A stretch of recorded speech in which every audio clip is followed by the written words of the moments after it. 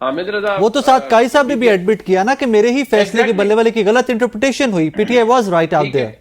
اب آرگومنٹ صرف یہ ہے کہ جو کیا گیا ہے جج صاحبان کی جانب سے, وہی والی بات ہے کہ کچھ لوگوں کا خیال ہے کہ یہ ٹھیک ہے کیونکہ ججز نے they have turn the clock back اور وہاں پر لے کے گئے ہیں جو اصل چیزیں ہو رہی تھی.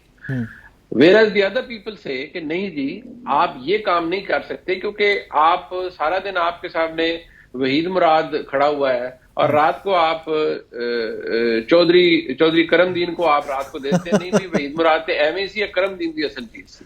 وہ کہتے ہیں یہ نہیں ہو سکتا بھی اپیل کو نندا اور فلانا کو نندا تو وہ والا تھا تو آپ نے رات میں چودھری کرم داد کو کہاں سے دے دی. سو بیسیکلی وہ تعویل یہ پیش کی جا رہی ہے. So it gets both ways frankly. Jami sahab what is your reading, review میں جا کر فیصلہ الٹے گا یا اس سے پہلے الیکشن کمیشن اپنا کام کرے گا؟ سر پلاننگ تو ساری بظاہر اسی بات کی دکھائی دے رہی ہے نا کہ دس وے اور دیٹ وے کان یہاں سے پکڑ لیں یا وہاں سے پکڑ لیں, مطلوبہ نتائج چاہیے.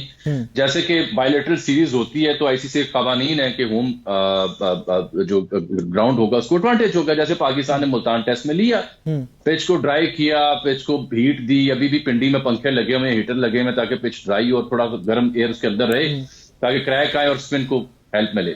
وہ کرکٹ میں تو سمجھ آتی ہے, لیکن یہاں پہ جس طرح سے ہوم ایڈوانٹیج آپ لے رہے ہیں جس کے اوپر انٹرنیشنل کمیونٹی بھی احتجاج کر رہی ہے, پی ٹی آئی بھی احتجاج کر رہی ہے, that doesn't make any sense. بھائی آپ نے الیکشن کا سمبل واپس لیا, اس کے باوجود لوگ باہر نکلے, اس کے باوجود لوگوں نے ووٹ ڈالا. کس کو ڈالا؟ سنی اتحاد کونسل کو ڈالا تھا, الیکشن کمیشن کی بلے والی پارٹی کو ڈالا تھا نا. میں عرض کر رہا ہوں تو کیوں نہ جمہوریت کی جو ایسنس ہے کہ منتخب لوگوں نے کسے کیا ہے, کس کے نام پہ کیا ہے, اس ایسنس کو وائلیٹ کرتے ہوئے آپ اگر مگر اور دیگر کہانیوں کے نتیجے میں اگر کہیں کہ نہیں جی آپ کا حق نہیں بنتا, بالفرض اگر آپ وہ ریورس بھی کرتے ہیں, یہ قسط اور قانون اور ضابطے کے تحت ہوگا کہ یہ جو پی ٹی آئی کے حصے کی مخصوص نشستیں ہیں نہیں صاحب ان کو نہیں ملنی چاہیے کیونکہ یہ سنی اتحاد تھے, آزاد تھے, پی ٹی آئی تھے, یہ نون لیگ کو ملیں, پیپلز پارٹی کو ملیں اور ایم کیو ایم کو ملیں. یہ کہے کہ جمہوریت ہے, یہ کون سا قانون اور قاعدہ اور ضابطہ ہے؟ تو وہ جو منیر صاحب کہہ رہے ہیں نا کہ وہ کمپلیٹ جسٹس کا فینومنا جو انیکشن آیا, آئی تھنک یہاں تو آنا چاہیے تھا, بہت مور دین ریلیونٹ تھا کیونکہ معاملہ ہی ایک ایسا تھا, اس کا تناظر ہی ایک ایسا تھا کہ میں نے جن ہرڈلز کا ذکر کیا اس کے باوجود اگر ایک جنتا نے میسز نے کسی شخص کے نام پہ ووٹ دیا تو ان کا حق ہے کہ اس کے تناسب سے جو انہیں نشستیں ملتی ہیں وہ ملیں. باقی وہ محفل جو سجائی گئی ہے وہ اسی لیے سجائی گئی ہے جو آپ بار بار پوچھ رہے ہیں کہ ادھر سے پکڑ لیں یا ادھر سے پکڑ لیں, الیکشن کمیشن کا ایکشن آ جائے یا ریویو ہو جائے, یہ بات کی کہانی ہے. لیکن ہم تو اصول کی بات کر رہے ہیں اور سوال اٹھا رہے ہیں کہ صاحب ایسا نہ کیجیے. منیب صاحب جاتے جاتے مجھے یہ بتائیے کہ پاکستان تحریک انصاف کے پاس وے آؤٹ کیا ہے اس کیوس سے نکلنے کا؟ دیکھیں جی میرا تو گزارش یہ ہے کہ بالکل پاکستان تحریک انصاف کو ہر حال میں ہر اس میدان میں رہنا چاہیے جس کے لیے عوام نے انہیں منتخب کر کے بھیجا ہے. یہ جو قاعدہ اپلائی کر رہے ہیں کہ دیکھیں جی وہ ہم اس پارلیمانی کمیٹی کو نہیں مانتے, یہ تو غیر قانونی غیر آئینی فارم 47 کی پیداوار ہے, تو بھائی پھر آپ قومی اسمبلی میں کیوں بیٹھے ہوئے ہیں؟ جس تناظر میں آپ وہاں بیٹھے ہیں اسی تناظر میں آپ پارلیمانی کمیٹی میں بیٹھے ہیں. پھر کیوں آپ ڈائیلاگ میں انگیج ہوئے مولانا کے ساتھ اور دیگر کے ساتھ 27ویں ترمیم میں, چاہے آپ نے بائیکاٹ کیا؟ یہ میدان کھلا نہیں چھوڑنا چاہیے. ہر اس میدان میں ہر اس فورم پہ پی ٹی آئی کو اپنی بھرپور نمائندگی کرنی چاہیے, اور وہ کیوں نہیں ہو رہی؟ کیونکہ with in political core committee ان کے ہاں ڈفرینسز ہیں. آپ رات کی خبریں دیکھ لیں, کوئی کہہ رہا ہے جانا چاہیے, کوئی کہہ رہا ہے جانا چاہیے, کوئی کہہ رہا نہیں جانا چاہیے. بھائی عوام نے آپ کو مینڈیٹ اس لیے دیا کہ ان کی ترجمانی کریں, ہر فورم پہ جائیں. آپ فورم صرف سوشل میڈیا یا میڈیا نہیں ہے, آپ قومی اسمبلی میں اگر جاتے ہیں لمبی تقاریر کرتے ہیں تو آپ کو ان کمیٹیوں میں بھی جانا چاہیے اور کہیں کہ براہ راست کوریج کسی کی جائے, ہم بتائیں کہ ہم نے کیا بات کی تھی اور یہ کس بندے کے نام کے اوپر کس بنیاد پہ ہمیں قائل کرنے کی کوشش کر رہے تھے. تو آپ اپنا پروٹیسٹ پیش کرتے ہیں, اپنی بات ڈھنگ سے کرتے ہیں, ہر فورم کو آپ یوٹیلائز کرتے ہیں ٹو میک شیور کہ آپ کی آواز سنی جائے. اگر آپ بے بس ہیں تو آپ اپنی آواز تو سنائیں نا. یہ کیا طریقہ ہوا کہ ہم سٹانس تو لیں کم از کم اس کے اوپر؟ منیب صاحب کوئی مشکلات تحریک انصاف کی کم ہوتی دکھائی دے رہی ہیں؟ نہیں, میرا نہیں خیال جی. تحریک انصاف کے جو اس وقت صورتحال ہے وہ سیاسی طور پر تو وہ شاید مجھے لگتا ہے کہ سیاست بھی نہیں کر پا رہے. ان کے مسائل کافی گمبھیر اس لیے ہو چکے ہیں کہ آپ نے دیکھا کہ ایک پالیسی شفٹ بھی آیا ہے. عمران خان صاحب سے ملاقاتیں بند ہو چکی ہیں جی, ٹھیک ہے جی, آپ کو ٹکر چلتے ہوئے نظر نہیں آ رہے. یہ پالیسی شفٹ ہے جس کے بارے میں 10-12 دن پہلے میں نے عرض کیا تھا کہ یہ آپ کو کیوں سختی نظر آئے گی، کیونکہ یہ ڈیسائیڈ کیا گیا تھا کہ کچھ چیزیں جو ہے وہ شاید ان کا زاویہ درست کرنے کی ضرورت ہے.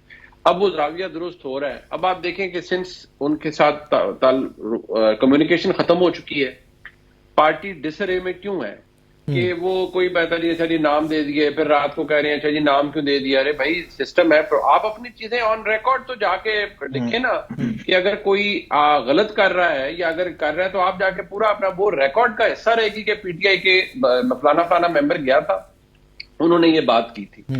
دوسری بات یہ ہے کہ پاکستان تحریک انصاف کے مسائل، بڑی سادہ سی بات میں ہمیشہ کہتا ہوں، جب تک ریورسل نہیں ہوگا اس پالیسی کا جو کہ بنا دی گئی تھی تحریک انصاف کے حوالے سے، تب تک کوئی بھی، آئی ریپیٹ، کوئی بھی دنیاوی طور پر جو میں بات کر رہا ہوں، کوئی بھی تحریک انصاف یا عمران خان صاحب کو ریلیف نہیں دلوا سکتا. جو آج لیکن عدالتیں تو انصاف کرنے اور ریلیف دینے کے لیے ہے نا، انصاف کرنے کے لیے، جہاں پہ ڈیزرو کرتے ہیں عدالتیں تو اس کام کے لیے ہے نا.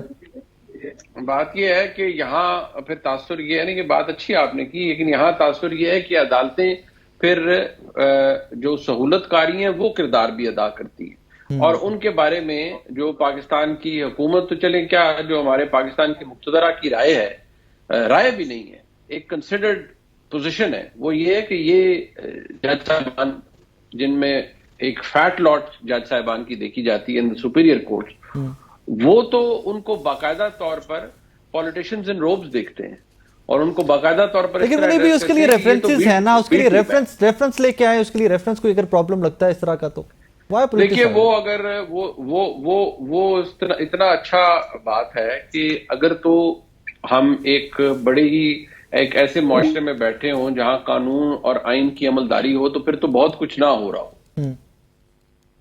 عرض کرتا رہا ہوں کہ بہت ساری چیزوں میں قانون اور آئین چھٹی پر چلے جاتے ہیں. تھینک یو منیب صاحب، اجمل جاوی صاحب، thank you so much for your time. ناظرین، شو آپ نے دیکھا، اس دعا کے ساتھ اجازت دیجیے کہ ہمارا مدعا صرف اور صرف یہ قوم، یہ ملک، اس ملک میں بسنے والے پاکستانی ہیں. کرے کہ ہر امینڈمنٹ، ہر وہ کمیٹی جنہوں نے چیف جسٹس آف پاکستان کی تعیناتی کا فیصلہ کرنا اور نام اوپر وزیر اعظم کو لکھوانا ہے، ہر وہ فیصلہ صرف اس لیے کیا جائے، اس نیت سے کیا جائے کہ پاکستان کے عوام، پاکستان اس قوم کی بہتری کے لیے ہو. اپنا بہت سارا خیال رکھیے گا، دعا میں یاد رکھیے گا.